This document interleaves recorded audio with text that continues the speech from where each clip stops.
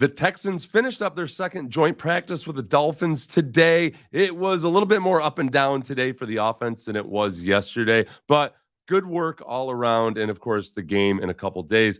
I found myself excited about a few position groups, except still with some serious concerns. And I'm going to talk about those: the quarterback, the offensive line, the wide receivers, and Derek Stingley himself. Some really, really good things, but also some things to be concerned about in all four of those areas. And also today, Damien Pierce, who I'm really not concerned about at all, spoke. And since I love him so much, I'm going to let him talk about his first impression of joint practices. It was a great work because this is my first one. You know, I done heard about it before. Everybody done seen the DeAndre Hopkins ones, you know, the Hard Knocks one, but just actually having my own and going against Bradley Chubb and guys like that, and seeing Tyreek yesterday and seeing Tua work, you know, it kind of, you know, it's motivating. Okay, I take it back. I'm concerned about one thing.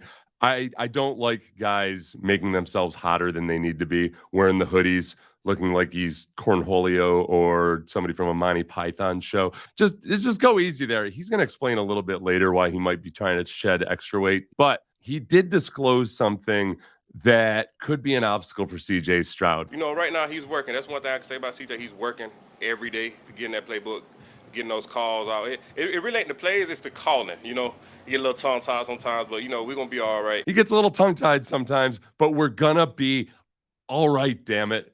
I think that made some people nervous, and understandably so. The verbiage is a big deal. Tua actually talked about it yesterday. He did a little prank with the media assembled. I don't know if it was a prank or if it was to prove a point, but this is Tua demonstrating to the Miami media here in Houston exactly how difficult it can be to call a play. I can give you guys a play, and then if you guys want to repeat it after me, as if you guys were in the huddle, you guys can. All right. Should I go once or twice saying it? Once. Once? All right, we got North Right Clamp, South Fox, H-Top, Pass 38, Top Gumby, XP Sweat. Let's go. Anyone? I got North Right on Clamp. I got North. Sounds like a false start. Yeah, sounds like a pre-snap penalty to me. Oh, my gosh.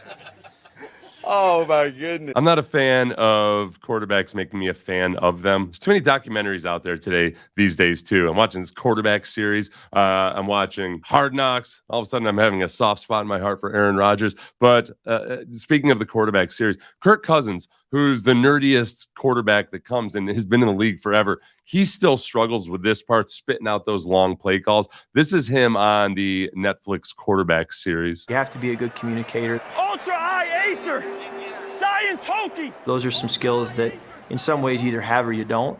But even with those skills, I've still got to grind. Oh, I got so much to do. I have so much work. Plays on plays on plays. Just going over them. So it's no joke, but the thing about that is it really is about practice. I think most quarterbacks in the NFL that are drafted at any level are intelligent enough to get the verbiage down. It's just a matter of drilling it, you know, and they show in that series Kirk Cousins just drilling it all week long because the calls change from week to week because the TV copy is so good now that defensive staffs listen in and can get all your audibles. So they got to switch all the time. So it gets super complicated. And I think CJ so far probably stumbles a few times here and there. My advice to him as somebody who speaks for a living is this, and it's something they say in special ops in the military too: slow is smooth and smooth is fast. So just slow it down. You got that big placard on your wrist. You got plenty of time. You got the coach in your ear, and slow is smooth, smooth is fast. I'll try to relay that to him 30 minutes before the game, see if it has an effect. And it is a lot of verbiage. Damien Pierce talked about the size of the playback actually earlier in the offseason. A reporter reminds him that he had called it the size of the Bible before. You called the playbook the Bible earlier in the preseason. Playbook is thick, dog. How far are you guys in the New Testament yet with some of that stuff? Man, listen. Last time I checked, we was on John. So it's a lot. And I used ChatGPT to try to find me a Bible verse in John about drought, but that just comes later in the Old Testament, and I didn't have time for that. I do all my Bible study on ChatGPT these days. So the verbiage is one thing, but in terms of other things that the coaches want to see from CJ Stroud in this competition for quarterback. James Palmer, my friend, and the only Nugget hussy that I really respect in the game, and who is pretty plugged in with the Texans, he talked about what the coaches want to see from CJ this preseason game. The Texans want to see how he navigates the pocket. When he was at The Ohio State University, he was protected tremendously. In the 2 years he started, sacked 12 and 13 times respectively. They want to know how he's going to step up, how he's going to escape, how he's going to buy time. So again, pretty basic stuff for rookie quarterbacks. All coaches want to see that from their guys. I think CJ has the added difficulty, though, of some of the protection being really, really bad in that last game. So there are times where I think even on his last scramble, he's trying to do the right thing and stick around in the pocket. And in that situation, maybe he should have bailed a little bit earlier. It's just going to be hard for him to, having had that protection at Ohio State. And before you go jumping on James Palmer, he's a Buckeye. He went to Ohio State. So all the Buckeyes who comb the internet looking for CJ Stroud information, he's one of your own. You guys have a hell of an offensive line. Stop getting angry about us saying that that you have an awesome offensive line. But because of that, CJ doesn't have as much experience actually having to deal with the bad protection. He had bad protection at times, just not as much as some other people. So it's just a matter of getting reps. And I think he's going to get those. Oh, and that's something he's done in the game and in practice, and I think he improved at again this week, throwing on the run, improvising. And I know, yes, he did that some in college. He wants to build on it to where it becomes more of part of his regular arsenal. The other part of everything that James talked about, obviously, has nothing to do with CJ, and it has a whole lot to do with the offensive line. I have concerns, as I think many of you do, if you're a Texans fan. I don't want to pick on George Fant, the replacement for Titus Howard, because he did just come in here, and I wouldn't have expected him to come off the street and be all of a sudden an all-pro performer or something. But he so far has been not an adequate replacement. So something needs to be done about that. I know a bunch of you have asked about Charlie Heck. He looks fantastic out there in his shorts and t-shirt. He looks like a glorious god of a camp counselor from 1983. But beyond that, I can't really tell you. His brother is a strength coach for the Texans now, and that dude is yoked. But those two guys right this moment are just looking good out on the practice field, but not necessarily contributing a lot as football players. Kenyon Green has been up and down. Kenyon Green's had some rough snaps. He needs reps as he's healthy. I am concerned that he's been load managed as a second-year player, but that's what happens when you've had multiple injuries and surgeries like he has. Juice Scruggs had a couple of rough snaps today, kind of along the lines of welcome to the NFL, but overall, he's been very, very steady, and every single offensive lineman in the league has rough snaps at times. He's going to have more than veterans. I have played against a couple of rookie centers that were way better and more advanced than I thought they would be. And I was quite disappointed at the time because I thought it was going to be an easy game, and it turned into kind of a hard one.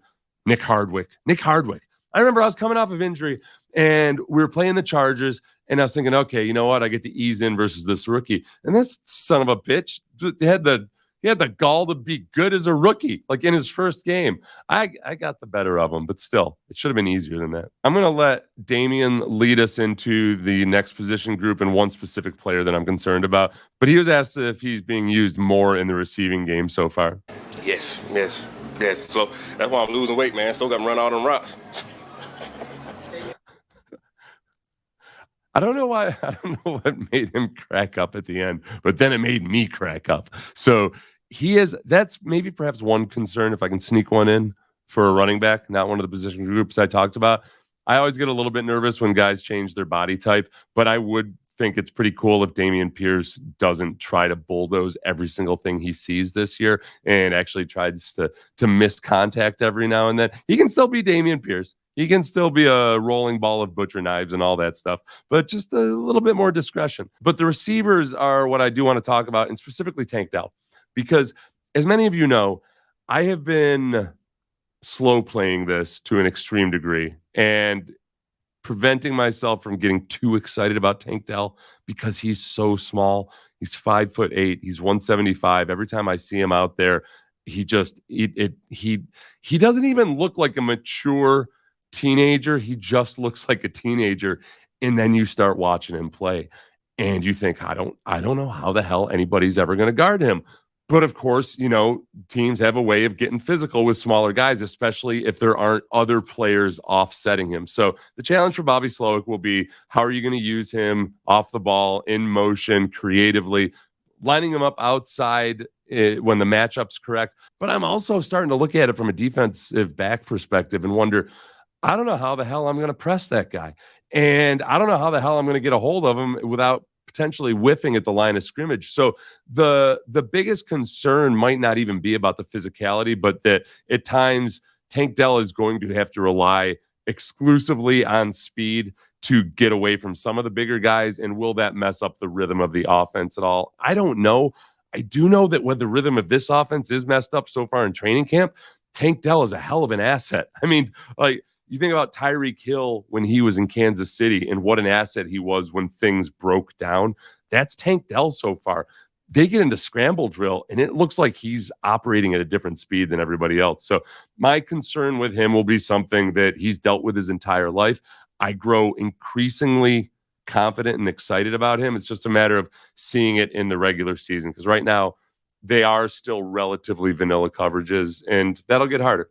So we covered quarterback, we covered offensive line, we covered wide receivers. I want to get to Derek Stingley, and Derek Stingley alone, who, for one, I got to tell you, one of the more impressive things about him as I've watched him, especially this training camp, is just how dedicated he is to working at his craft. He and John Mechie and a couple other guys spend a lot of time after practice every day. And I don't have to tell you guys, it's hot out there. The feels like temperature is about 30 degrees warmer than it looks like Damien Pierce is dressed for. So for those of us who aren't dressed up like Scuba Steve, it is ridiculously hot out there, and Derek Stingley just can't get enough of it. This one rep from one-on-ones today is representative of what we've seen out of Derek Stingley.